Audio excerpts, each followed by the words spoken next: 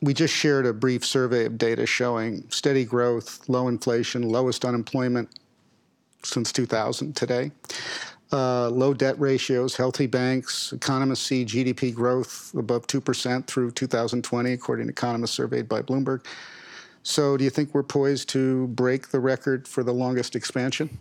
I wouldn't want to jinx it by making any presumptions. But I think the outlook over the next couple of years is pretty good. I mean, the economy is growing at above trend pace. Businesses, as you noted, seem to be in good shape financially. The household sector is in good shape financially. Household debt has been growing quite slowly during this cycle. We saw today another good, healthy gain in payroll employment. So I'd be surprised if the expansion were to end in the next year or two. Now, there are some clouds that I see over the longer term. One cloud is what's going to happen on trade policy. Are we going to continue with an open trade system, or are we going to raise trade barriers and get into a trade war? You know, if we go down the bad path, then that would obviously create quite a bit of risk for the U.S. economy. And the second thing is fiscal sustainability.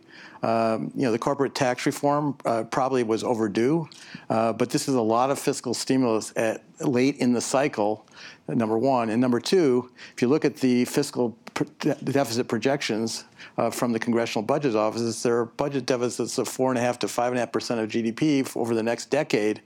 That means the debt to GDP ratio in the U.S., which is already high, is going to keep climbing.